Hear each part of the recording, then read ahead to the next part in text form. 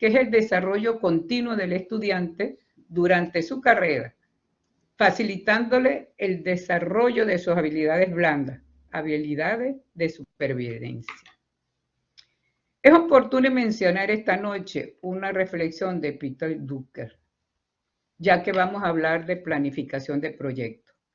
La planificación a largo plazo no es pensar en decisiones futuras, decía él, sino el futuro de las decisiones presentes. Drucker escribió múltiples obras reconocidas a nivel mundial sobre temas referentes a la gestión de las organizaciones, sistemas de información y sociedad de conocimiento, área en el cual es reconocido como padre y mentor de la administración. Hoy estamos felices porque desde Barcelona, España, nos acompaña la doctora Elena Estaba, que va a compartir con nosotros este seminario. Ella es socióloga venezolana, española, egresada de la Universidad Central de Venezuela, con maestría y cursos doctorales en Francia, en el área de ciencias sociales.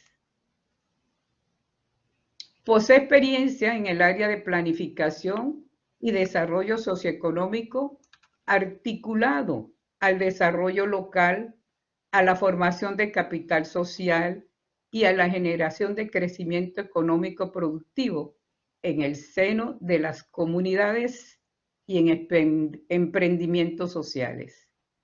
Desde hace muchos años, más o menos 15, para no ponerle más, se ha enfocado en el estudio de la gestión de proyectos sociales relacionado con la emergencia de los cambios de paradigma que se vienen dando en el campo social y económico en el mundo.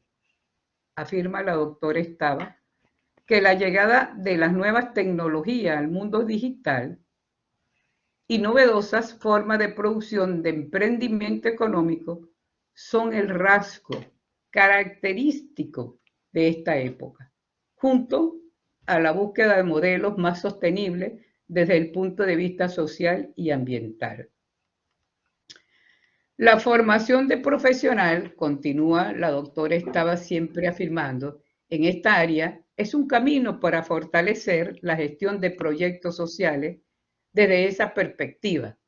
Un reto para que organizaciones sociales y económicas abran un abanico de posibilidades al tercer sector de la economía como espacio propicio para solventar la crisis social que trajo consigo la modernidad y la globalización, agudizada por la pandemia. Enhorabuena, doctora Elena Estaba, desde Barcelona, España. El auditorio es suyo. Sea usted muy bienvenida a nuestra casa de estudio View. Muchas gracias, Sandra. De verdad, te escucho y me quedo un poco sorprendida de, de la forma también que has expresado sobre mi persona. Efectivamente, tengo muchos años trabajando en el campo social, he trabajado también en el campo educativo y agradezco infinitamente la invitación que me han hecho porque no solamente es una oportunidad para expresar y poner sobre el tapete cuestiones que creo que son de singular importancia en este momento, sino al mismo tiempo para aprender del auditorio tan variopinto que tenemos. Tenemos gente de distintos países y que pueden percibir estas realidades que yo voy a exponer de manera distinta, porque son realidades que no son necesariamente idénticas, ni procesos de desarrollo social y económico que se encuentran en el mismo estadio. El tema de la gestión de proyectos en general viene, después de Peter Drucker, viene tomando mucho cuerpo a lo largo de todo lo que fue la mitad del siglo pasado, esencialmente en lo que se refirió a la gestión de proyectos en el área económica. Y desató todo un crecimiento en lo que se ha dado en llamar el Project Manager. Hoy en día las crisis sucesivas que se vienen desarrollando ponen nuevamente sobre el tapete la necesidad de no solamente revisar las estrategias de Project Manager de las empresas, sino también lo que es transferible y lo que es utilizable para llevarlo a un sector que siempre ha estado rezagado con respecto a los procesos organizativos y de dirección, como es el sector social. Entendido el sector social no solamente como el tercer sector, sino como todo el ámbito de las políticas públicas sociales que se dan y todas aquellas actividades que también empiezan a ocurrir en el seno de las empresas. Y esto lo vamos a ver un poco desde tres perspectivas. Permítanme que comparta las láminas porque les va a ser más fácil para ustedes y también para mí hacer lo más rápido y claro posible, de manera que ustedes puedan intervenir en el momento que lo consideren conveniente en relación con las ideas que estamos planteando. O sea, lo primero es un poco explicarles que lo que voy a presentar hoy es una reflexión sobre lo que significa el valor agregado de una gestión adecuada de proyectos sociales y económicos en el seno de las organizaciones. Un poco teniendo como referencia todo lo que ha sido la historia del desarrollo económico y social de los últimos tiempos. Luego entraríamos a reflexionar sobre el análisis de las diversas tendencias y aproximaciones metodológicas que se están dando, que están surgiendo y que están planteando nuevos retos, y luego a identificar los desafíos del presente, o sea, las grandes demandas que nos va a hacer el presente y para las cuales habrá que agenciar respuestas. En primer lugar, lo primero que voy a resaltar es un dato que cuando lo encontré me llamó mucho la atención, que es del Project Manager Institute, que es el instituto de Estados Unidos que se encarga de hacer seguimiento a las gestiones empresariales en los Estados Unidos, en donde dice que menos de 2 de cada 5 organizaciones consideran la gestión de proyectos como un importante factor de éxito de su estrategia y de sus logros. Y en el mismo trabajo se señala que más del 80% de las empresas que tienen los mayores éxitos y también las organizaciones sociales que tienen los mayores éxitos son aquellas que asignan un papel muy importante al tema de la gestión y el desarrollo de proyectos, la organización de proyectos y la presentación de resultados. El tema de los resultados es algo que se ha puesto en el centro de la discusión de la gestión de proyectos en vista de las dificultades que hay para que sin una orientación clara de proyectos se llegue a concluir efectivamente con un impacto, sobre todo en el campo de lo social, en donde la medición cuesta muchísimo más y tiene mucho más complicaciones que las que se presentan en el área estrictamente económica. Una de las cuestiones que tenemos que tener clara, que ya algo sobre eso dijo la doctora Sandra, tiene que ver con aceptar que la incertidumbre y la velocidad de los cambios son como el signo de esta época, de esta generación que se está formando y de nosotros los que todavía tenemos interés en aprender y en seguir aportando. La incertidumbre y el no conocimiento del futuro, o sea, la predicción del futuro en los términos en los que los preveía Docker son cada vez más difíciles, en el sentido de que proyectar el presente se hace más complejo y más impreciso de lo que pudo haber sido en el pasado, cuando el crecimiento era mucho más lineal que el que está ocurriendo en estos tiempos. O sea, es sin duda el desarrollo del conocimiento y científico y tecnológico acelerado lo que ha generado todas las transformaciones que hemos vivido en los últimos 200 años y que marcan lo que es el proceso que vamos a enfrentar en las próximas décadas. Una cuestión que es significativa y que cobra un peso muy importante son las transformaciones que se han dado en el campo científico y tecnológico. Esto de lo que se habla mucho, que hace referencia a las distintas revoluciones industriales que hemos vivido y que sin ni siquiera percatarnos han ido permanentemente cambiando nuestros paradigmas y nuestra forma de vida. O sea que cuando se inició la revolución industrial con la mecanización, el proceso de readaptación de los modos de vida de las personas se llevó mucho más tiempo y los cambios de paradigma fueron más lentos. Y sin embargo, significaron toda una debacle y toda una recomposición de todo lo que fue el mundo capitalista, al menos que en donde se dio más ampliamente, tanto en la esfera económica como en la esfera social.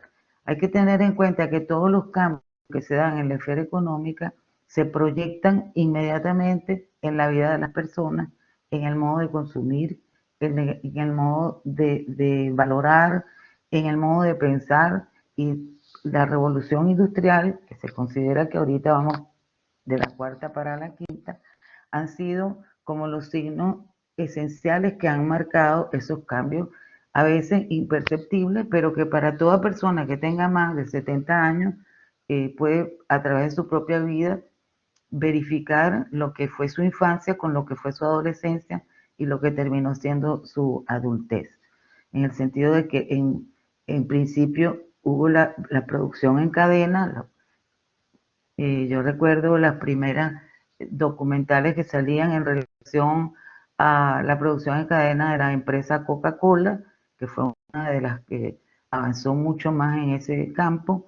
Luego la aparición de la electricidad, como revolucionó el mundo y nuestra forma de vivir, no solamente por el hecho de tener luz en la casa, sino también por disponer de una serie de artefactos que se valían de la electricidad para simplificar la vida cotidiana de las personas, para permitir la colocación de industria, para permitir la ampliación de la vida en zonas absolutamente oscuras como eran las zonas rurales, y así sucesivamente. Luego de esta tercera revolución, segunda revolución industrial, vino la tercera y revolución industrial, que está asociada a la automatización y al inicio de la aparición de lo que se conoce hoy en día como el Internet y la digitalización. Este proceso, que en años anteriores se llevaba 50 o 40 años, se ha llevado prácticamente 20, 30 años para ser para llegar a ser lo que tenemos hoy en día. Es decir, nosotros hemos pasado de las computadoras que eran sumamente grandes y aparatosas en los años 60, 70 del siglo pasado, a lo que hoy se conoce como la inteligencia digital, la digitalización de casi todos los procesos. Lo que antes nos parecía impensable, hoy en día es una realidad. De hecho, sorprende, tengo personas de distintos países con las que nos estamos interconectando, aspectos que antes formaban parte de las películas de ciencia ficción. Esto lo digo porque a veces separamos la interpretación de los cambios económicos de las transformaciones sociales. Estas transformaciones sociales, como todos sabemos, no se producen de manera uniforme, pero tienen impacto desde la Patagonia hasta el Polo Norte y desde el sur hasta el este, porque en todos lados con la globalización se van extendiendo y quizás empiezan a hacerse mucho más notorias las diferencias, las brechas que empiezan a formarse entre unos países y otros a medida que estos procesos se van acelerando. De esta manera, en este pequeño gráfico se significa un poco lo que significó el vapor, la importancia que tuvo la aparición del automóvil y del vehículo a motor, la aparición de la industria a partir de la electricidad y la aparición de lo que llamamos ahora la industria 0.0, o sea, 4.0, que es la industria digitalizada, lo que significa una revolución dentro de la revolución en el campo de la producción económica y social, porque toca prácticamente todos los ámbitos y todas las maneras de operar que tiene la sociedad contemporánea.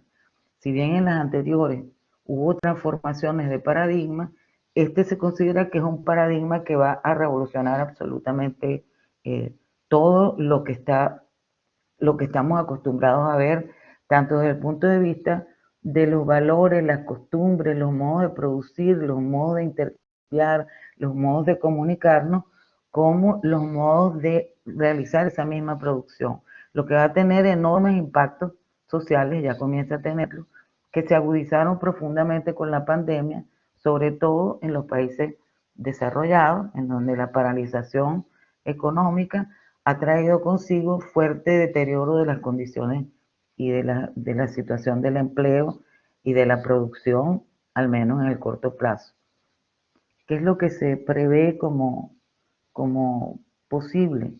Una aceleración mayor de las transformaciones sociales y económicas, una profundización de las brechas, como les decía, entre los países, intrapaíses y entre los distintos países, una mayor complejidad de los problemas, una nueva demanda y una incapacidad o poca preparación del conjunto de las sociedades para hacer frente a los retos que se nos están planteando. O sea, la inteligencia artificial está planteando unos desafíos tan enormes y con impactos tan fuertes en las vidas de las personas. Probablemente inicialmente se había calculado, se había estimado que en unos 20, 30 años, y hoy en día está casi que aquí, casi que lo tenemos encima, y no se han generado las suficientes respuestas, ni en un campo ni en el otro, como para afrontar esa realidad haciendo los menores daños posibles.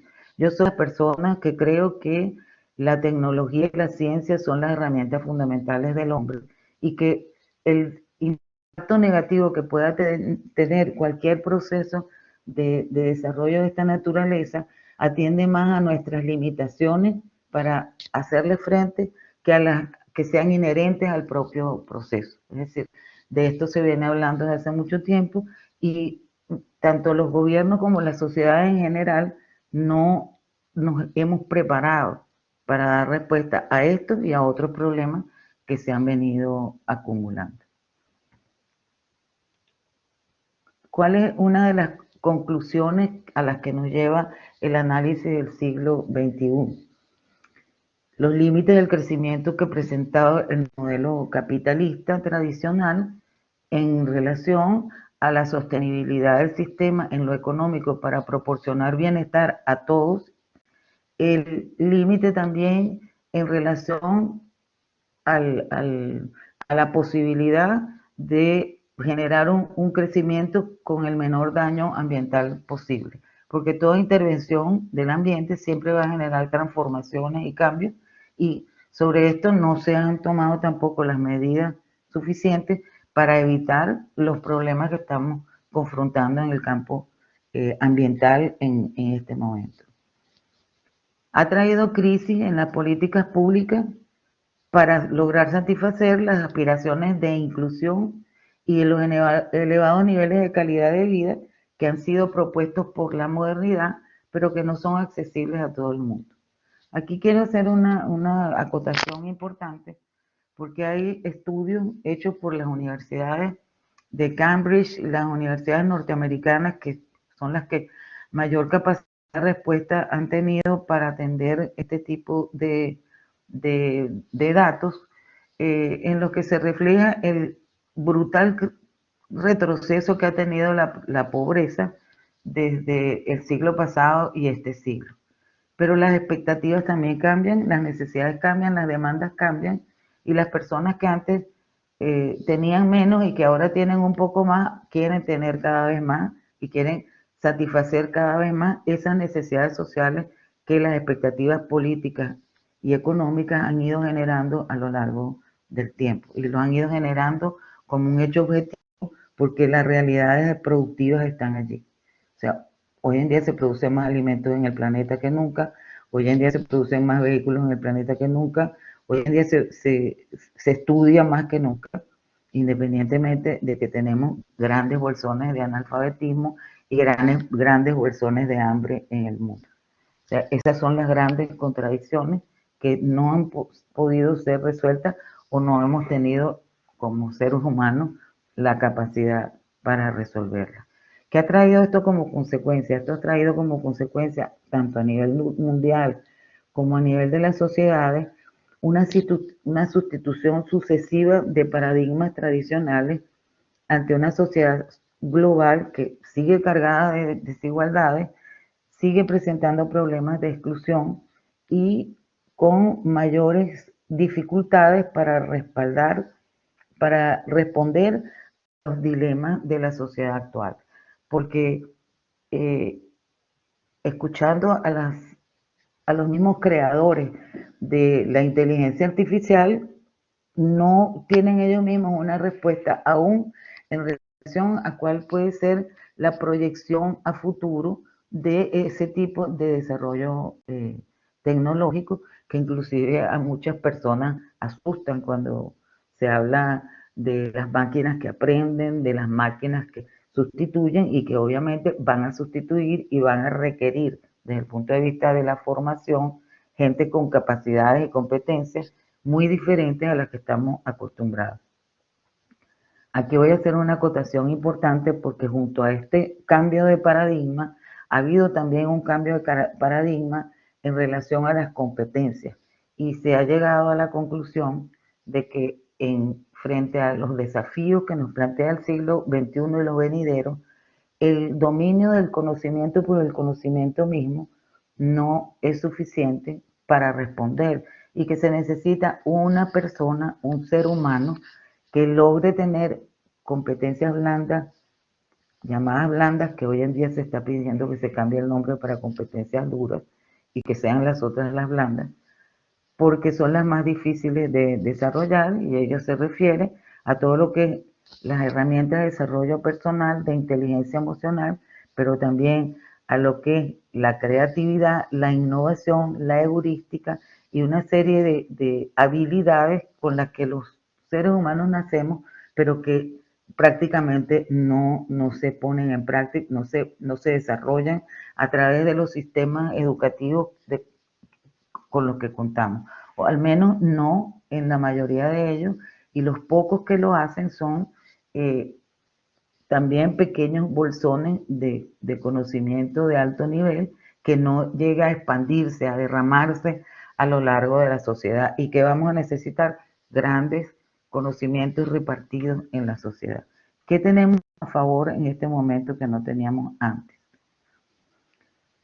La gestión de la brecha social y del deterioro ambiental ha empezado a cobrar mucha importancia en el medio político y social en el planeta. O sea, todo el planeta, hoy en día, y más con la pandemia, tiene una profunda preocupación, tanto en lo político como en lo social, por el tema ambiental y por el tema productivo. Esto ha hecho que los actores que están interviniendo en estos procesos sean de muy distinta escala, de muy distinto nivel y que dan una oportunidad mucho mayor para la negociación y el acuerdo de intereses de lo que tuvieron en el pasado. Las crisis a veces y en la mayoría de los casos eh, hacen surgir soluciones y la multiplicidad de actores preocupados por el tema hace que las soluciones sean mucho más viables que las que pudimos haber tenido antes con acuerdos que han sido realizados por los gobiernos, por las Naciones Unidas y por otras instancias. ¿Qué encontramos ahora a nivel planetario? Desde África, como decía, hasta los países más desarrollados. O sea, la evolución la sociedad civil y todos esos conceptos que cobraron fuerza a mediados del siglo pasado, hoy son una realidad en el conjunto del mundo. Hoy, en el conjunto del mundo, la gestión social no se, no se encuentra divorciada de la gestión económica. Eso hace que tenemos preocupación en organismos supranacionales. Tenemos Naciones Unidas con la Agenda 2030 y con muchas de sus declaraciones. Tenemos la declaración de la Unión Europea en el mismo sentido. Tenemos las declaraciones de los Estados-naciones, firma de acuerdos internacionales en favor de la educación, en favor de la protección del ambiente, independientemente de los resultados concretos que esas acciones todavía no hayan producido. El hecho ya de que existan actores de muy distintas categorías que intervienen hace que el problema vaya cobrando fuerza y vaya cobrando un espacio en la mentalidad de las personas. Hoy en día y hay estudios que lo demuestran, hechos aquí en España, en donde se ha puesto de relieve el valor que las mismas personas están atribuyendo a aquellas empresas que se ocupan de la responsabilidad social empresarial, que asignan dinero para eso y que tienen estrategias de protección ambiental y que entran dentro de la preferencia, en la competencia con mayores preferencias de los consumidores que la que pudieran tener en el pasado. De alguna manera eso refleja que muchas más personas, mucha más gente está inquieta por estos temas que antes.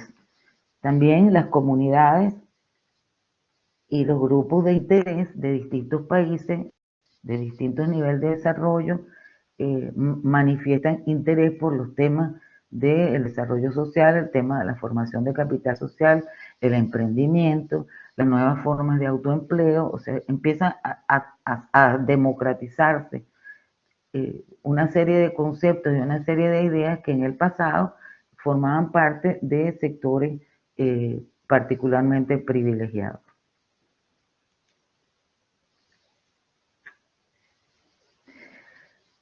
Esto nos coloca en una serie de retos en el mundo de hoy que tienen que ver con la gestión social o lo que se ha dado en llamar la gestión social.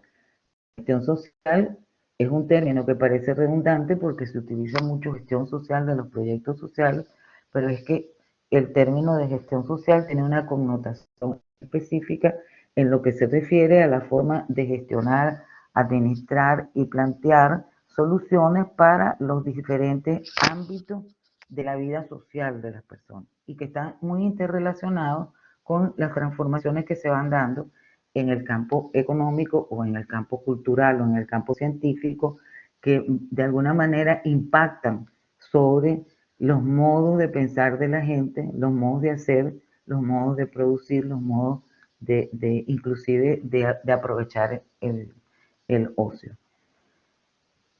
El hecho fundamental es que hoy en día tenemos el foco colocado en el desarrollo social sostenible en todos los asuntos públicos. Es muy raro un gobierno que no toma en consideración estos temas, bien sea con un compromiso o bien sea de forma, digamos, sin compromiso, o, por unirse al discurso, pero de alguna manera no puede obviarlo. Antes no, hace aproximadamente 30 años esto no estaba en boca de todo el mundo. Y eso implica que estamos exigiendo, está requiriéndose nuevas metodologías, nuevos enfoques, nuevas maneras de mirar estas transformaciones sociales, de estudiarlas, de explorarlas y de poder hacer alguna proyección que nos permita ir avanzando. ¿Cuál es la ventaja comparativa que tenemos con otros periodos? Hoy en día la tecnología digital, con la Big Data, por ejemplo, nos permite hacer análisis de las situaciones sociales que eran impensables en el pasado. Hoy en día podemos cruzar variables, podemos sacar indicadores, podemos obtener resultados de un fenómeno social cualquiera en segundos, en momentos. A mí me sorprendió mucho y probablemente a otros también que son estudiosos, investigadores de estos temas, cómo se llevaba día a día el monitoreo de la pandemia en todos los países del mundo. O sea, uno se metía en el programa y veía cuántos casos había en tal país, cuántos casos había en tal otro, cuántas muertes habían habido, cómo había disminuido. Igual ocurrió con las vacunas y así sucesivamente. O sea, se podía llevar muy rápidamente un control y un seguimiento de un inmenso programa que se estaba llevando con sus aciertos y sus desaciertos a nivel mundial, que era el control y el seguimiento de esta pandemia. Eso significa un nuevo paradigma, una nueva forma de acercarse a los problemas, porque la tecnología de alguna manera nos ofrece una herramienta que hace que eso sea posible y nosotros empezamos a recibirlo como un hecho absolutamente natural y casi sin notar. Si quieren interrumpir, háganlo, no importa, no hay problema. ¿Qué se entiende por gestión social? Y esto es importante porque ha habido toda una revolución en el término, ¿verdad? Originalmente cuando se hablaba de lo social se pensaba en las ONG, en las organizaciones filantrópicas, en las fundaciones. Hoy en día se ha trascendido ese concepto.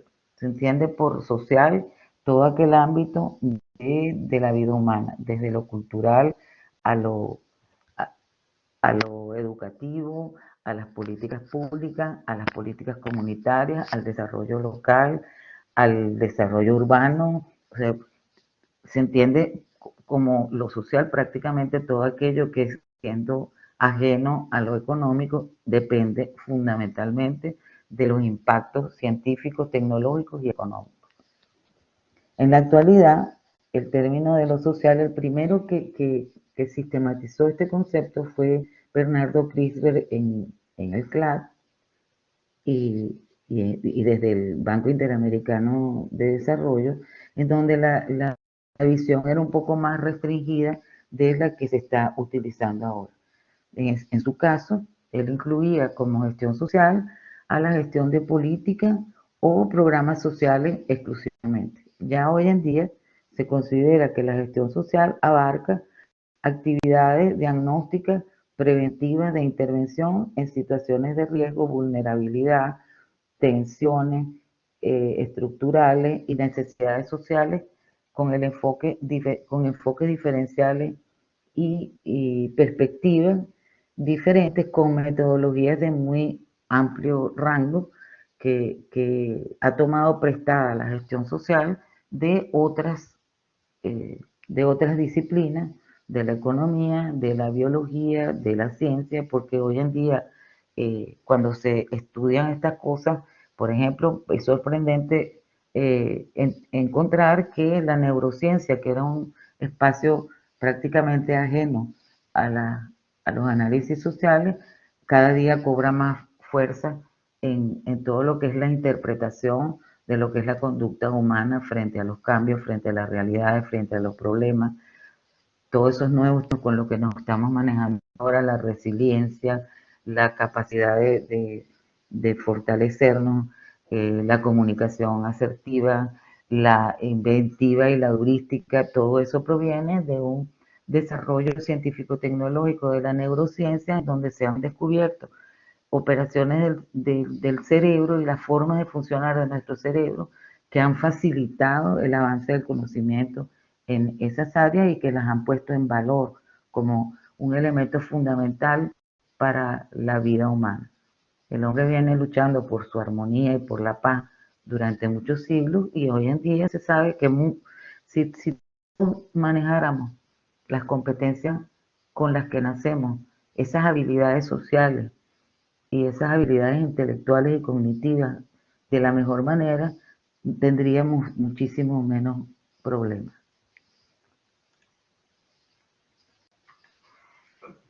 ¿Qué se entiende hoy en día por gestión social ya en una visión mucho más avanzada? Como la aplicación de conocimientos, habilidades y técnicas para asegurar una ejecución eficaz y eficiente de las acciones y operaciones que diseñadas en proyectos sociales de diferente alcance y complejidades. Hoy en día se entiende por gestión social desde las pequeñas cosas que hacemos en comunidades hasta las grandes, y existen estudios que demuestran que tanto las organizaciones pequeñas de alcance comunitario o de alcance local como aquellas de las grandes compañías y de las grandes empresas cooperativas, por ejemplo, sin gestión social de un nivel elevado, no logran conseguir los resultados esperados en el tiempo previsto y malgastan recursos que podrían perfectamente ser administrados de una forma mucho más rica y eficiente y provechosa para los beneficiarios que cuando se hace sin tomar en cuenta el enfoque de la gestión. El proyecto de Naciones Unidas para el Desarrollo fue uno de los primeros en combinar lo que eran competencias blandas con competencias duras en la gestión de proyectos y construir un compendio de herramientas que hacen posible que cualquier organización pueda acceder a ellas y ponerlas en práctica. Según Vincent Lar, un especialista en el tema de la gestión de proyectos y que toma prestado del Project Manager muchos elementos para la gestión social, que no es otra cosa que el Social Project Manager, Management, habla sobre tres grandes dimensiones que hay que tener en cuenta en cualquier acción o proyecto que nosotros emprendamos, entendiendo el proyecto como una idea que se concreta a través de un plan o una acción con una direccionalidad y dirigida a la consecución de unos objetivos precisos y concretos en un tiempo determinado. Entonces, él habla de tres dimensiones de la gestión técnica, la gestión temporal y la gestión de costos, que es un elemento que dentro de la gestión social empieza a cobrar cada vez más fuerza. Siempre se ha dicho que es impredecible o imposible de medir el costo que tiene el logro del impacto social o que hay que hacerlo a largo plazo. Hoy en día hay metodologías que han surgido que permiten acortar muchísimo más esos tiempos y obtener una visión bien clara de los resultados que estamos teniendo en periodos mucho más, en lapsos mucho más rápidos. ¿Cuáles son los componentes de la gestión social? Los componentes de la gestión social, como la mayoría de los procesos de gestión, son el diseño, la ejecución, el seguimiento y la evaluación y la presentación de resultados. ¿Cuál es la diferencia en el caso de la gestión de los proyectos sociales, o sea, gestión social de proyectos sociales? El tipo de herramientas que se utilizan, las complejidades que tienen los procesos de seguimiento y evaluación y la tendencia a interpretar cualquier actividad que se hace en el proyecto como un resultado sin confrontar con los objetivos correspondientes. O sea, hay confusiones entre el proceso de diseño al trasladarse al proceso de ejecución. En el caso de las empresas, en el mundo empresarial, esto también ocurre. O sea, se definen estrategias a nivel empresarial que son difícil transferirlas al nivel de las operaciones de los equipos humanos o de las unidades que estén a cargo de llevar adelante esas operaciones. ¿Cuáles son las unidades de proceso? Y en este caso aparecen diferenciadas. En la ejecución es esencial la organización, la supervisión y el control y la alineación que tengan los miembros del equipo. O sea, esa es otra de las debilidades que se ha encontrado en los procesos de gestión, la pérdida del foco de cuál es el interés, sobre todo en los proyectos sociales en donde deslindar unos problemas de otros es muy difícil y a veces un problema urgente tiende a desplazar la atención de un problema trascendente.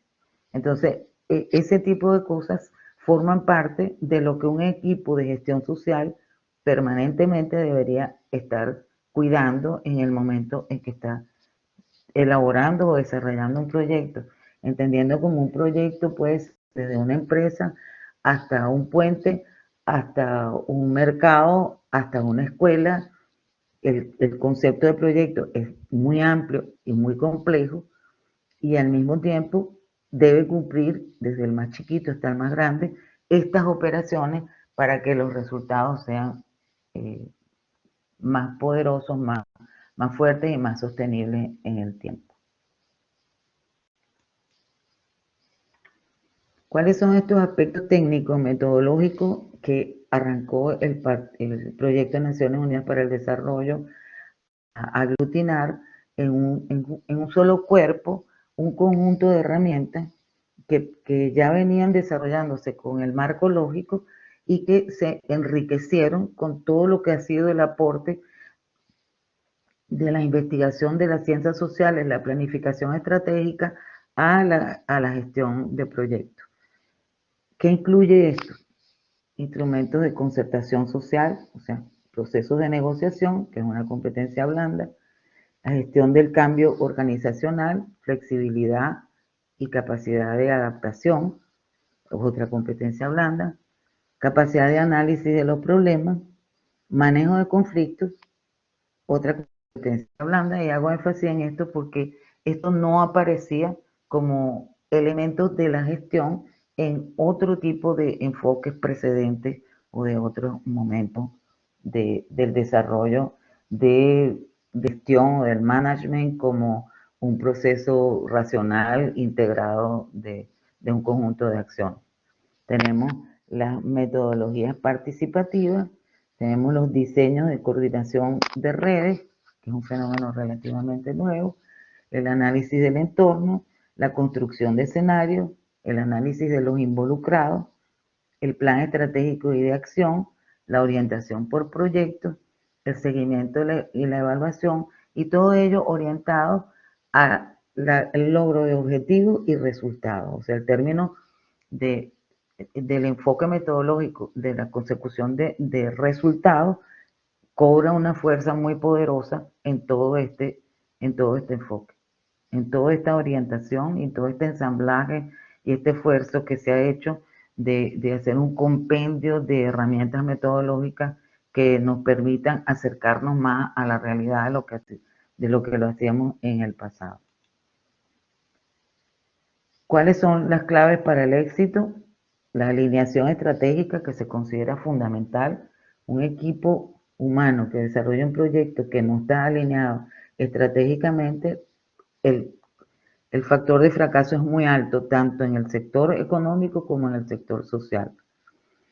El liderazgo y la dirección, el enfoque con objetivos claros, la planificación realista, ese es otro problema muy grande, el planteamiento de metas y la poca evaluación que se hace de las posibilidades reales de conseguir los objetivos que están planteados, la falta de escalonamiento en el diseño de los proyectos, que vamos a ver ahora más adelante muy someramente lo que son las nuevas metodologías que se están utilizando para evitar este desarrollo lineal y en cascada y sustituirlo o irlo combinando con otros.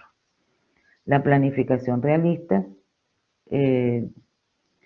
los conocimientos técnicos para el manejo de datos, que esto es fundamental, y aquí el Big Data cobra una fuerza muy grande, la importancia de conocer las nuevas herramientas que nos ofrece la tecnología para el manejo de datos, y la comprensión de las herramientas digitales en general. Por ejemplo, esta misma con la que estamos trabajando, hay trabajos que se están realizando ahorita en cómo las tecnologías pueden reducir los costos de operación. Esta conferencia, si lo hubiéramos hecho presencial y con todos los invitados que quisiéramos, costaría una fortuna. Con el medio que estamos utilizando, no es que no cueste nada, pero no cuesta nunca, no tiene nunca el costo y tiene una rentabilidad tan alta como si lo hubiéramos hecho presencial. Y todas esas cuestiones hay que irlas estudiando, teniendo en cuenta que no todo es sustituible por las medios digitales, pero que los medios digitales ayudan y contribuyen muchísimo a que podamos recursos que utilizamos para unas cosas, aplicárselos a aquellas áreas de un proyecto que necesitan con más fuerza los recursos. ¿En qué consisten los procesos de aplicación del marco lógico, que es una de las metodologías que se ha ido imponiendo con más fuerza en el desarrollo de proyectos en el campo social? ¿Por qué el marco lógico? Porque el marco lógico en sí mismo es un proceso integral de gestión. Implica desde la formulación hasta las hipótesis de la viabilidad del proyecto, de aquello que lo haría factible o infactible, y al diseño del conjunto de indicadores para la medición desde el mismo momento que arranca la formulación y pasamos a la ejecución. Ya dispongo de todo el aparataje elaborado de lo que va a ser el plan de desarrollo del proyecto. ¿Cuál es otro elemento fundamental? El equipo humano que lleva adelante un proyecto determinado, una política pública, un, un cambio de esquema, por ejemplo, que se está dando en las alcaldías y los municipios, inclusive en el caso español, es la organización por proyectos y la ejecución por proyectos de las políticas públicas de los ayuntamientos. Entonces, esto hace que de cada proyecto yo tengo unos resultados esperados y en función de esos resultados formulo nuevos resultados y hace mucho más racional la toma de decisiones que cuando se hace desde un ministerio que decide una política social sin que se tomen en consideración muchos elementos que a otros niveles sí se podrían tomar. O sea, el equipo humano de quien gestiona el proyecto, tanto a nivel nacional como a nivel local, es de altísima importancia, y hoy en día se da mucho peso a lo que se conoce como el liderazgo colaborativo, es decir, aquel liderazgo, aquel líder que es capaz de incorporar en su proyecto a las personas de su equipo que tienen algo que decir. Todos tenemos algo que decir, pero un buen líder sabe aprovechar aquellas cosas y aquellas competencias que están en su equipo y que pueden hacer que el resultado sea 3 veces mejor que si lo hace un equipo exclusivamente cerrado y diseñado previamente. De ahí que el liderazgo colaborativo y participativo cobre mucho, mucho peso hoy en día, inclusive dentro de las grandes corporaciones. El liderazgo colaborativo está presente y en un proyecto o una decisión estratégica participa prácticamente todo el conjunto de la empresa para proponer las orientaciones y tomando en consideración todos aquellos inconvenientes, problemas, ventajas o desventajas que puedan haber en el análisis del entorno de una organización. Estos procesos, que a veces llevan tiempo, son muy útiles en el campo social, porque a veces por apresuramiento se diseñan políticas que luego no llegan a cumplir o a satisfacer lo que se habían planteado. Esto se llama la rueda del liderazgo actual, que usa herramientas gerenciales para el control de gestión. Esto es algo bien importante. Hay muchas empresas y muchos emprendimientos sociales y muchas organizaciones sociales que no disponen de equipo de gestión social. El equipo de gestión social es indispensable, un grupo de personas, bien sea que desarrollen tareas simultáneas o no, de acuerdo a la complejidad de la organización, para llevar adelante la gestión y ser los responsables del cumplimiento de las tareas que están previstas que se realicen. En organizaciones pequeñas esto es más sencillo que en organizaciones grandes, pero, eh, se debe y se puede realizar. Doctora, yo Dígame. que le levanté la mano porque quería reforzar aquí una de la participación del liderazgo colaborativo.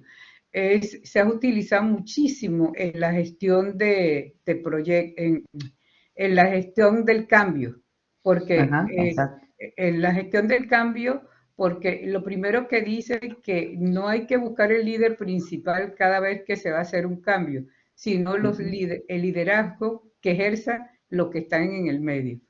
¿Por qué? Porque debe ser la mayor colaboración de cada uno de los participantes que están, son de la organización, pero que siempre tienen resistencia al cambio.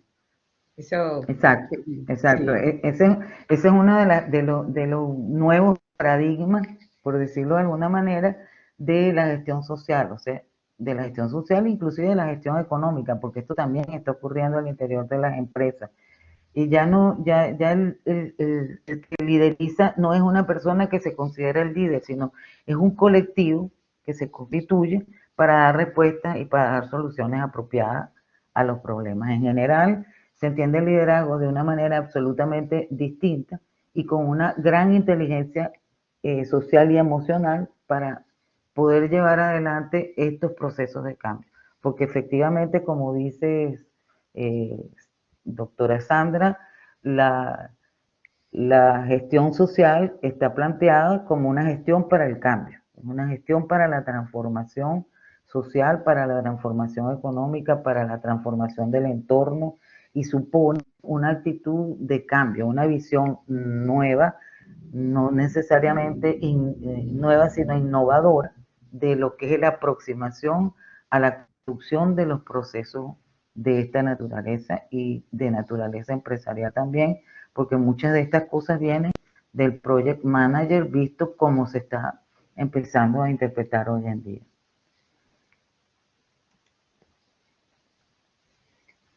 Hay un poco para ir aterrizando ya en lo que son las nuevas aproximaciones de estas herramientas para el cambio, en lo que es la comprensión de los fenómenos sociales, en la que se están usando e innovando basados en nuevas tecnologías, digamos que dos enfoques esenciales. El enfoque de cascada, que más que el enfoque lineal original, corresponde al enfoque que proporciona el marco lógico con los agregados que hizo el Proyecto de Naciones Unidas para el Desarrollo. Y por otro lado, lo que se conoce hoy en día como metodología ágil. La metodología ágil es aquella que divide el proyecto en pequeños procesos, pequeños círculos de resultados de corta duración que son programados en el tiempo y que permiten saber en breve plazo si está funcionando o no está funcionando. ¿Cómo era la planificación inicial? Se ejecuta un componente, ese componente se evalúa, si es de formación, vemos si la persona tuvo la formación al final que terminó la formación, vemos si esa formación de verdad fue adecuada y le vamos dando una valoración y una interpretación resultado que sigue un camino lineal en el tiempo. Nosotros no sabemos si la formación funcionó o no hasta que termina prácticamente el proyecto. Lo que sí sabemos es si se cumplen los plazos o no, si la persona vino o no, si asistió al taller o no, pero el resultado de lo que es la valoración del impacto de una formación no lo manejábamos muy bien en las tecnologías por cascada. Lo que se llama la metodología ágil, lo que hace es cortes que hagan posible ir verificando si se están obteniendo resultados o no, y si no está dando resultados, pues simplemente se rediseña, se reformula, se reinterpreta y se hace un nuevo, lo que llaman un nuevo sprint de cada proyecto. Estas metodologías van cobrando cada vez más fuerza porque las exigencias de resultados son cada vez más rápidas. No sé si alguien quiere pedir la Sí. palabra, lo pueden ir haciendo, no hay ningún Osiris tiene la problema. pregunta Vale. o una oportunidad. Sí, sí. Osiris, Bueno, adelante. buenas noches. Más que una pregunta, sí me gustaría hacer un aporte. En el caso de las metodologías ágil, que hay varias, ¿verdad? Está lo que es Scrum, Kanban. Por ejemplo, ha tomado mucho valor lo que es un Scrum. Entonces, estas metodologías tienen relevancia porque los equipos que están trabajando bajo estas metodologías son equipos autoorganizados, son equipos autogestionados. Y básicamente la importancia de estas metodologías es que el equipo, por eso se le dice ágil, es un equipo totalmente adaptable al cambio. Es decir, que si el Sprint 1 que ellos tenían que desarrollar en una historia de usuario o un sprint review, ellos rápidamente, digamos, el product owner, que es al final el dueño del producto, esta persona quiere cambiar alguna relevancia o alguna característica adicional de su producto, inmediatamente ellos lo cambian y el equipo es el que trabaja en el tiempo que va a entregar la historia, la duración de la historia de usuario, el desarrollo total.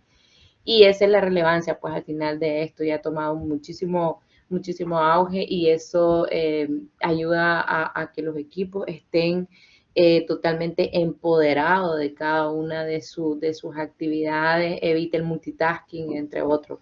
Es correcto. Hoy en día la neurociencia dice que el neurotasking es una invención, o sea que desde el punto de vista del desarrollo celular, una persona multitask es mucho menos efectiva que una que no es multitask, pero eso es otro tema que no viene al caso, es un agregado y efectivamente las metodologías ágiles prácticamente están penetrando todos los campos como respuesta y como necesidad de dar resultados más concretos a corto plazo. Aquí voy a, una vez señalado, estos dos otros casos, otro es la llamada cadena crítica, que se basa también en un procedimiento similar al de la metodología tradicional por cascada, pero haciendo énfasis en aquellos aspectos que se bloquea o digamos que son críticos en la cadena de acciones que va llevando adelante un proyecto.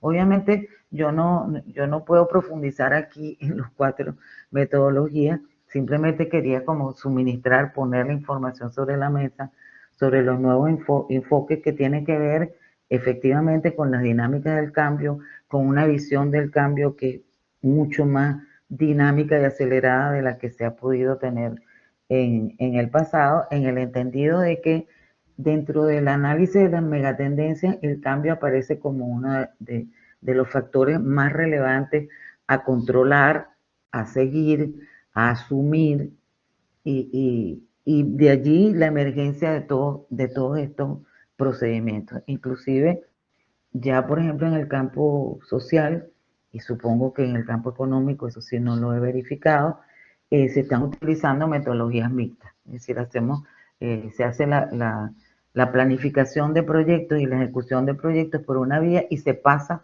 de metodología tradicional a ágil, en el entendido de lo que dijo la doctora que me precedió, que no veo el nombre aquí porque no los tengo en la lista, en relación a las particularidades que tiene el equipo que dirige no solamente la metodología ágil ahorita, sino también la gestión de proyectos en general. Si no está configurada por un equipo de esa naturaleza, no logra dar los resultados y se convierten a veces en cascarones vacíos. ¿Qué ocurría mucho con las oficinas de planificación? Sigue ocurriendo que van a un ritmo que no es compatible con las necesidades de respuesta que tienen los departamentos, las unidades, etc. Y eso ocurre inclusive en los proyectos sociales, en una fundación, en una ONG, en una oficina de responsabilidad social empresarial, en donde se quiere dar una respuesta muy rápida y la metodología convencional no es suficiente para proporcionar una respuesta satisfactoria a la necesidad que se esté planteando. Entonces, estas nuevas búsquedas, por supuesto, están íntimamente relacionadas con la posibilidad de disponer de un volumen de información con el que antes no contábamos. Hoy el manejo de datos se ha convertido en una materia esencial y todo investigador, toda persona que se dedica al campo de la gestión debe conocer las tendencias que también se están dando en el manejo de información, en todo eso que hoy en día se conoce como Big Data, en el sentido de que son enormes cantidades de datos que pueden ser procesados y que construyen escenarios con una velocidad exponencial. No me voy a alargar más porque ya llegué a Sí, la no, hora. Rosa tiene una pregunta, una aportación. Rosa, ¿tiene la mano levantada? Rosa estaba. No sé qué se hizo. Se hizo. Ahí. Pedro Montilla. Bueno, damos el. Después viene Rosa, después de Pedro. Vale. Pedro, adelante.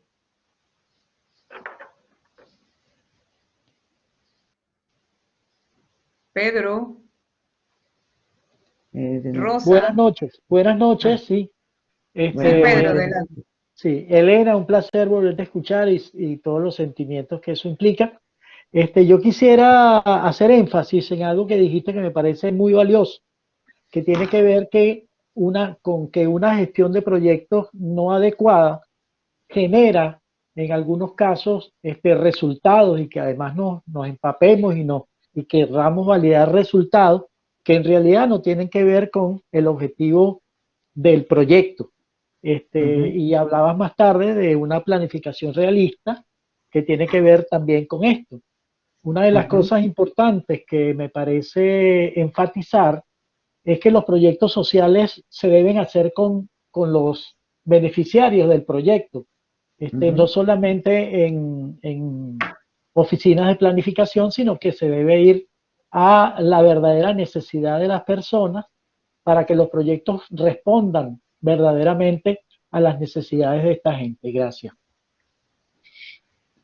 Sí, hola Pedro, buenas tardes, un placer escucharte. Obviamente que ninguna de estas cuestiones tiene ningún sentido sin la participación de quienes están, de los beneficiarios. Inclusive la tendencia hoy y sobre todo quizás más en los países desarrollados se percibe más, es que la gente presiona y exige cada vez más cosas y existe también más participación y exige rendición de cuentas. Eso eso es fundamental. O sea, si no hay una contrapartida de quienes reciben la acción, aún siendo participantes de la acción, no reciben respuesta, obviamente el proyecto o la iniciativa o la intención política, en el buen sentido del término, que lleve la acción social, no se materializa o no es percibida por las personas. O sea, el término prácticamente de intervención social ha quedado absolutamente excluido prácticamente de quienes desarrollan procesos de gestión social y de proyectos sociales, o de gestión social enfocada en proyectos, porque esa es la nueva tendencia, gestión social enfocada en proyectos y centrada en resultados. En cuanto a lo que tú dijiste, que me parece bien importante de los resultados, la flexibilidad es uno de los elementos fundamentales también que se toma en cuenta en este tipo de metodología. Es decir, si el objetivo que yo planteé no es una camisa de fuerza, pero yo tengo que adaptarlo y redefinir rápidamente las acciones para obtener otros resultados que considero más valiosos que eso. Sí, ¿Me explico? O sí. sea, no es una camisa de fuerza en la planificación, pero yo sí tengo que tener un control y un seguimiento, porque si yo no, ¿qué suele ocurrir? Que hay, cuando se presenta la relación de los resultados, inclusive de las políticas públicas a nivel nacional, que es otro tema, pero que el tema de la Contraloría, de quién rinde cuentas sobre los resultados, es otro tema muy importante, sobre todo en materia de políticas públicas, porque normalmente lo hacen los mismos estados, se pagan y se dan los vueltos. Entonces, Sí. eh, hago la política social y digo que la educación creció de tal manera, pero eso no tiene una contraparte de, de actores sociales que verifiquen que esa realidad está ocurriendo, por poner un caso en educación. Igual ocurre con el manejo de los servicios públicos y con cualquier actividad humana en el campo de lo social, que son prácticamente todas, porque nosotros somos seres esencialmente sociales, y que esto implica una revisión, una reconversión y una postura de cambio paradigmático en lo que es el abordaje de lo social con respecto a lo que ha sido tradicionalmente. ¿Qué es lo que tenemos a favor? Que confluyen las opiniones de muchos actores sociales en esta dirección, y eso es un aporte muy potente. No hay ningún Estado ahorita que no reconozca al tercer sector como algo importante, que no reconozca a la sociedad civil como un factor de intervención en el diseño y desarrollo de políticas públicas y sociales importantes en el mundo. El asunto es que quizás eso no ha logrado cristalizarse para traspasar más allá de las visiones tradicionales del tercer sector con las cooperativas, las fundaciones, y requiere un empujón mayor para que eso cristalice en algo organizado, sobre todo a nivel de las comunidades y de la formación de capital social y la formación de desarrollo local en la que yo sé que tú trabajas y en la que hemos trabajado. Como reflexión final, yo quería dejarles dos temas que lamentablemente no puedo abordar por las características del seminario, y que espero tener la oportunidad de que lo podamos discutir en otra oportunidad, porque sobre eso hay una gran polémica en este momento, que es en relación a los indicadores, el tema de la medición de resultados, el tema de la medición de productos y el tema de la medición de impactos.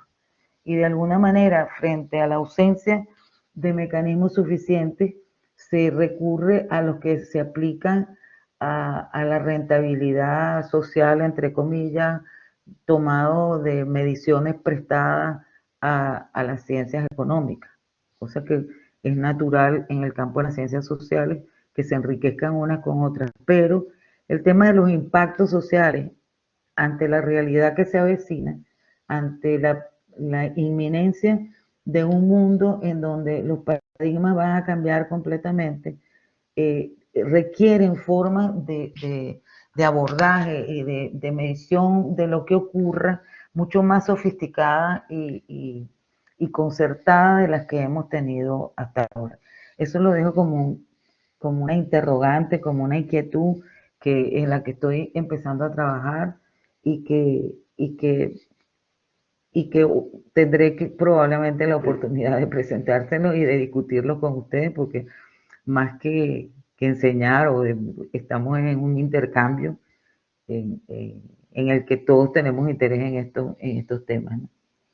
El contexto actual, decía, colocaba ya en mi reflexión final, ofrece una oportunidad de oro de que podamos acceder a una sociedad mucho más armónica y equitativa, mucho más tolerante y democrática, haciendo de la democracia y de la participación la herramienta con la que se manejen prácticamente todas las actividades en la vida. No se puede participar en todo, eso es verdad, todo no es participativo, pero la gestión puede ser participativa, la decisión sobre un producto puede ser participativa si yo amplío el abanico de posibilidades de captura de talento humano, que es lo que más vamos a necesitar aquí, talento emocional y talento humano, para hacer frente a las realidades de esta nueva era, de esta nueva revolución industrial.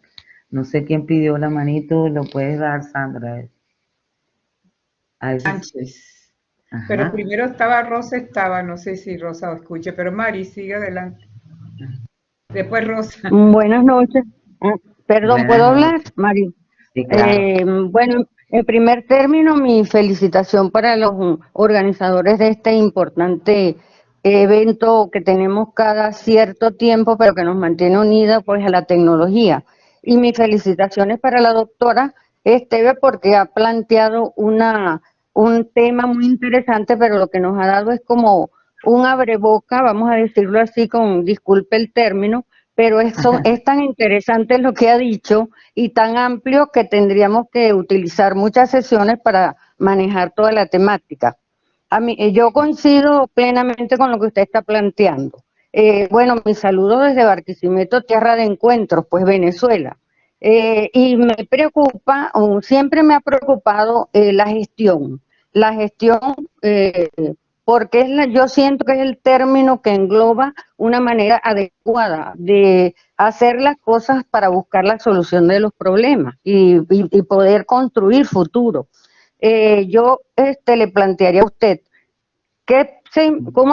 ¿Cómo imaginarnos un país, una universidad, que es la ciencia, pues el saber, que maneje todo por proyecto? Por ejemplo, que estemos engranados en un país con una política que surja desde el Estado, y que sea repetida en todas las instancias sociales y sobre todo universitarias, para lograr proyectos que vayan en función de esa sociedad y del desarrollo y sobre todo de la solución de problemas no solamente de ese país, sino de todo el mundo, porque ahorita tenemos que unirnos. Lo que usted plantea es cierto. Necesitamos trabajar para la democracia, para la libertad, sobre todo para buscar la solución de los problemas, porque cada día que pasa sentimos que el mundo nos está quedando como grande, que estamos acabando con las cosas y que sería importante empezar a unirnos para gestionar las cosas de manera unida.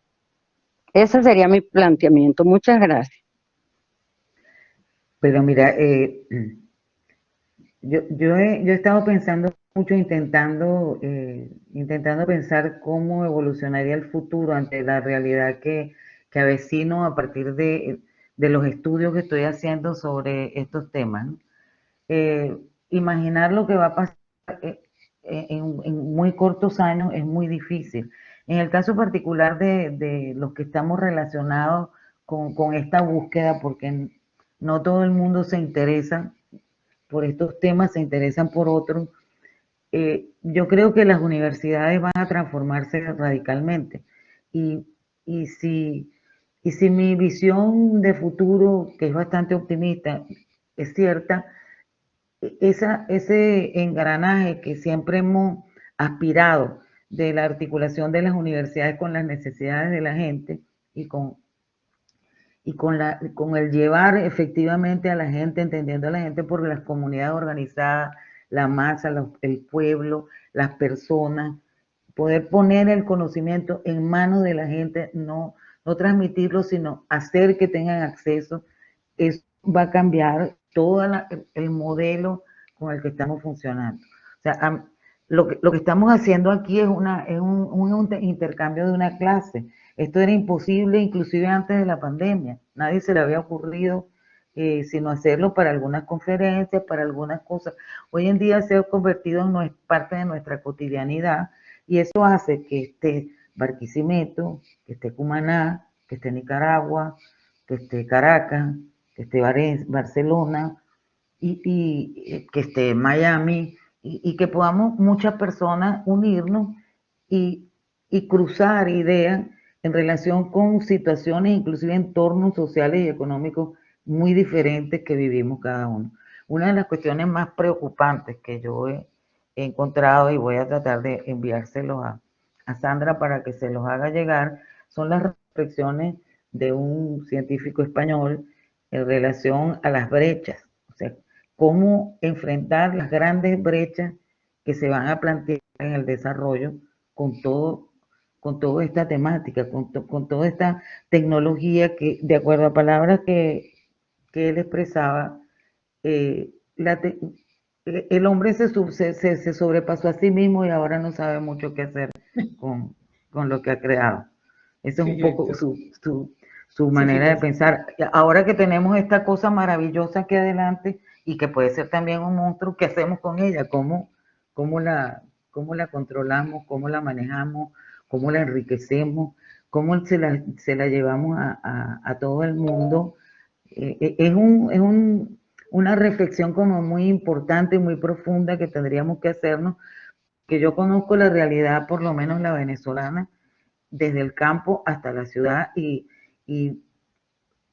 me parece importantísimo el que todas estas cosas podamos hacérselas llegar a mucha gente que está hoy con las dificultades, con todo lo que está ocurriendo, poder poner en sus manos herramientas que los ayuden a sacar adelante a la gente que la está pasando verdaderamente mal.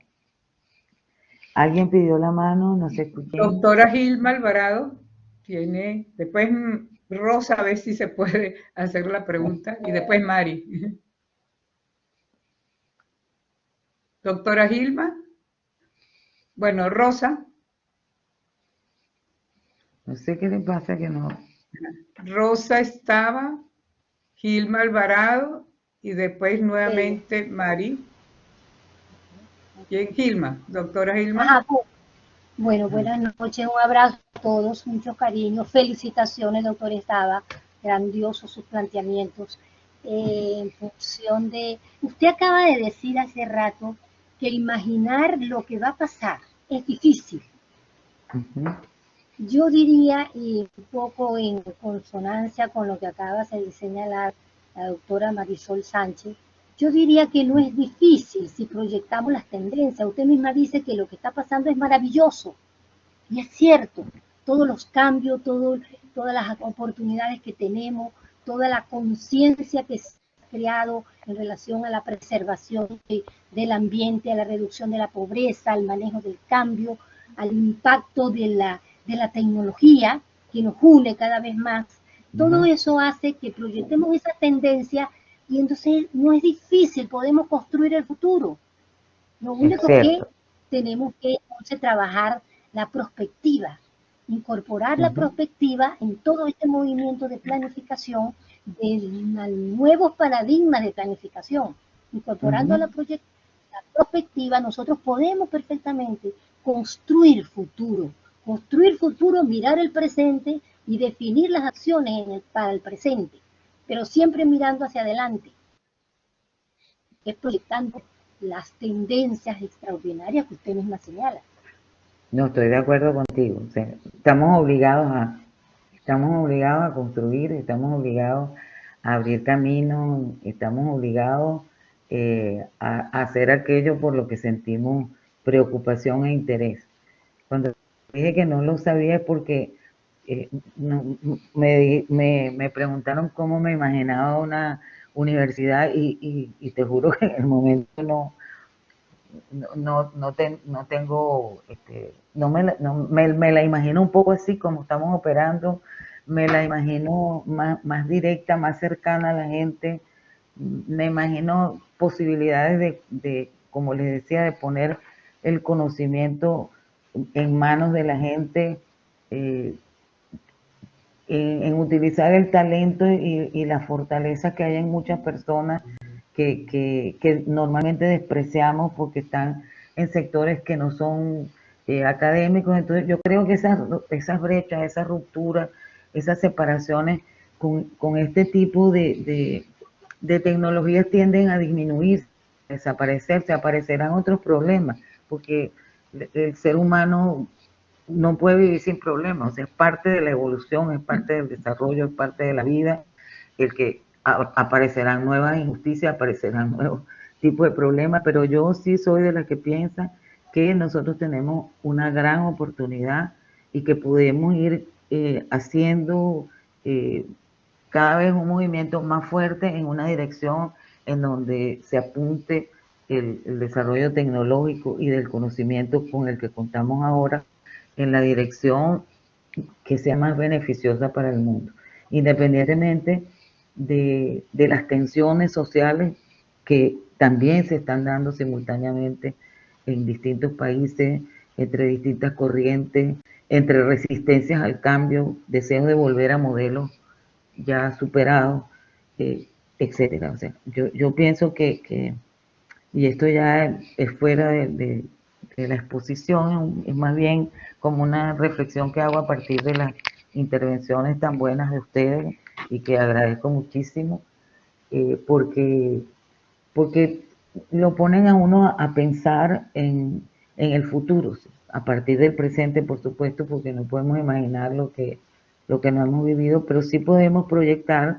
Hay trabajos muy buenos sobre las megatendencias y uno empieza a plantearse, por ejemplo, entre los grandes temas también que están ahorita, está el tema de la población, del crecimiento poblacional que se ha generado como producto del desarrollo y del alargamiento de la esperanza de vida. ¿Qué hacer con eso que no sea soluciones absurdas como las que algunas personas plantean, que las personas mayores se mueran, por ejemplo, pero sí quizá el alargamiento del periodo laboral. O sea, yo creo que muchas personas que están en capacidad de aportar y desarrollar a los 60, 70 años podrían hacerlo. O sea, no veo esas restricciones, me parecen como fuera de lugar, restricciones de ese tipo que impiden que el cierto talento sea utilizado. Quizás eso tuvo una explicación en un momento de formas de producción en las que eso era compatible, pero jubilar a una persona hoy en día a los 50 años no tiene ningún sentido. Es como desperdiciar todo lo que ha acumulado, y más ahora cuando se sabe que la plasticidad del cerebro es mayor a medida que los años van pasando. Eso no se sabía antes. Antes se creían que las neuronas se morían, y resulta que las neuronas no se mueren, se desarrollan igual, se mantienen igual, y, y se hacen más plásticas, y en la medida en que tenemos más conocimiento. Bueno, no sé si hay alguien más que Ahora quiera. Rosa estaba, vamos a ver si ahora. Qué Gracias, raro que doctora no. Gilma. Rosa, ahora sí. No, Marisa. Anaí. No, yo retiro mi pregunta. Sí, está respondida, muy amable. Ok. Gracias. ¿Y Déjame, Rosa qué estaba? raro. No sé qué le habrá pasado.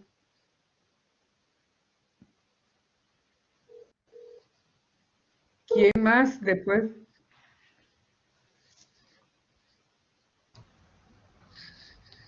Ahora. Te están llamando, Rosita. Rosa estaba. No sé qué le pasa.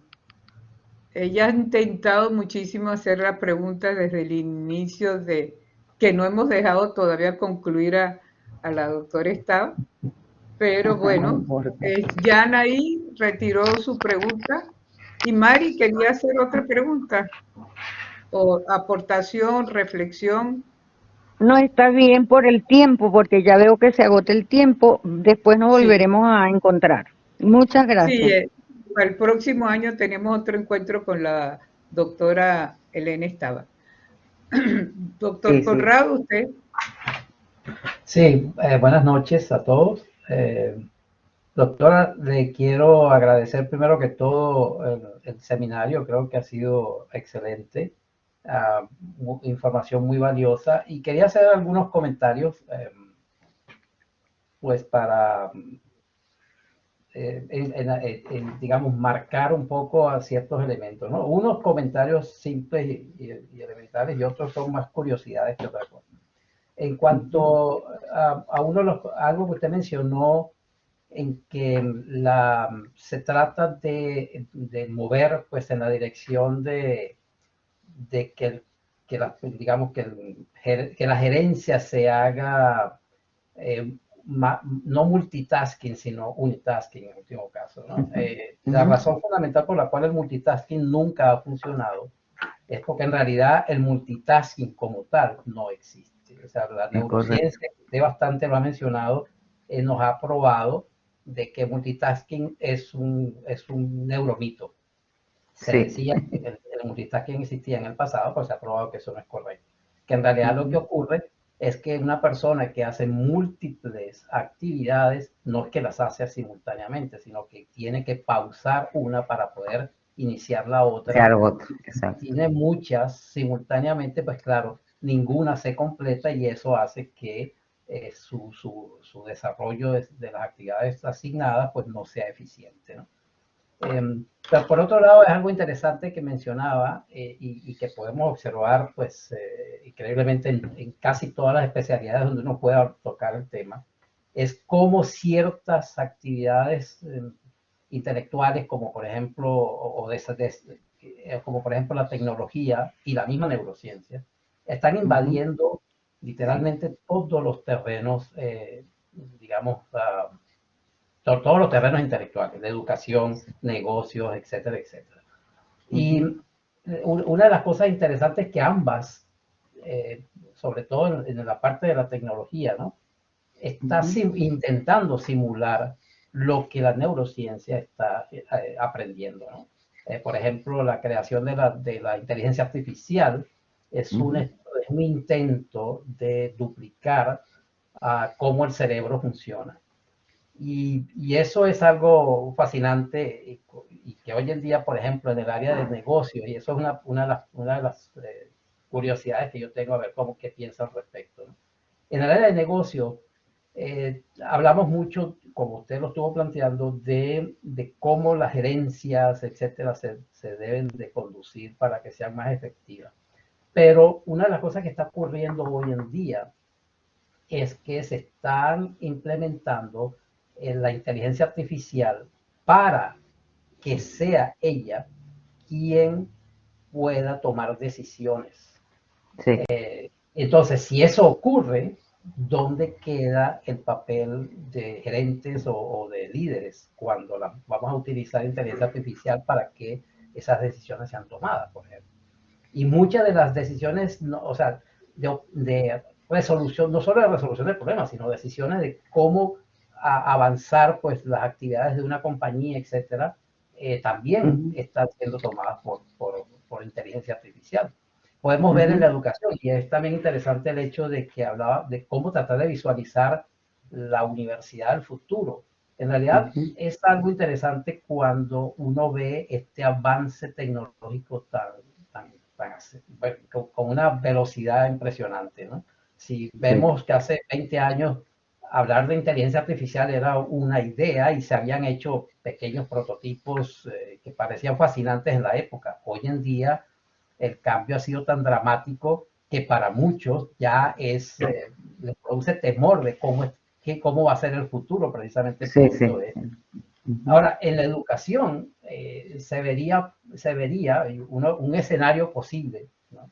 Pudiera ser que el papel del docente ya ni siquiera estaría envuelto en la educación directa, vamos a decir así, de los aprendices, porque de hecho no es algo nuevo, sí, porque ya existe prototipos de profesores virtuales, sino profesores digitales, que son capaces de evaluar las necesidades de conocimiento de estudiantes y desarrollar ellos mismos estrategias para mejorar y reforzar la falta de conocimiento que pueda haber en ciertas áreas. O sea que ya el papel en sí del docente se pierde ahí, como lo conocemos, claro está, ¿no? Pero ahora el papel del docente puede cambiar, o mejor dicho, va a cambiar en ese escenario a ser alguien que va a poder alimentar o que va a tener que alimentar el conocimiento de estas máquinas de alguna manera.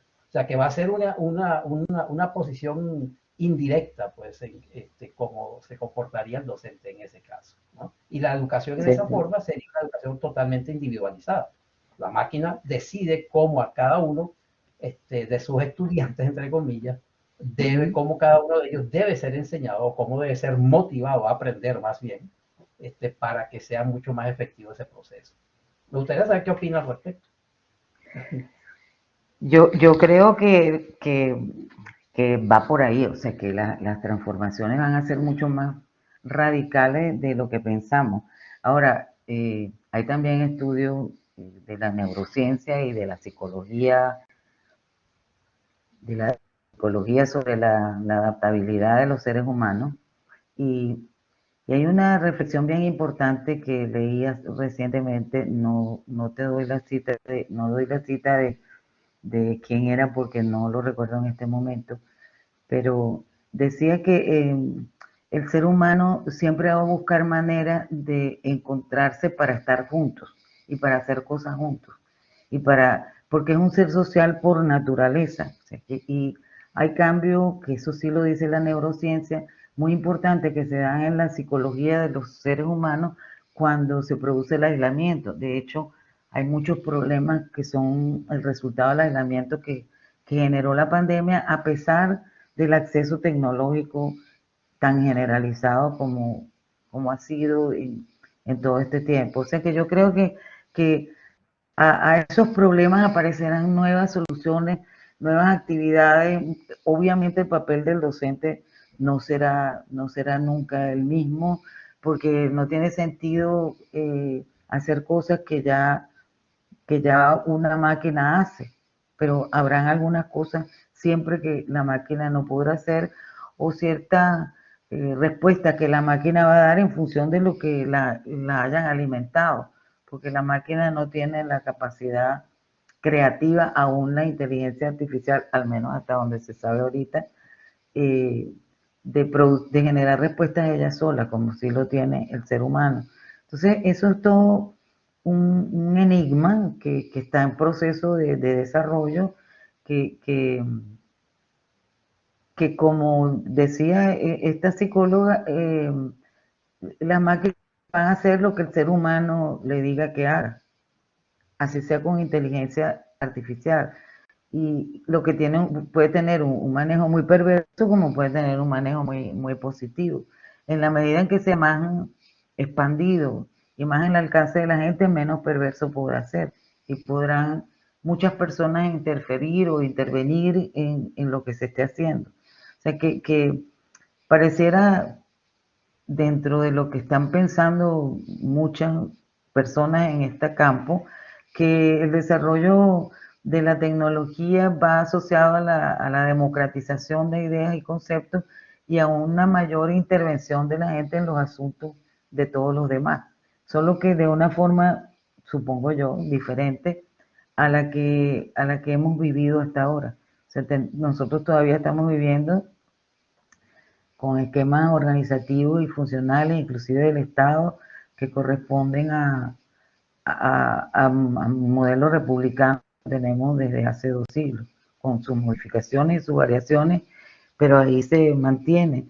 Entonces, es muy probable que todo lo que son los principios básicos de la organización social, la formación de grupos, de clanes, el grupo nuestro, el grupo ajeno, empiecen a tomar otras formas de manifestarse porque son parte innata de la naturaleza humana y que habrá que ver cómo se compatibiliza con estas nuevas tendencias, que hasta ahora yo siento que, que son un beneficio para la humanidad en la medida en que sean bien utilizadas.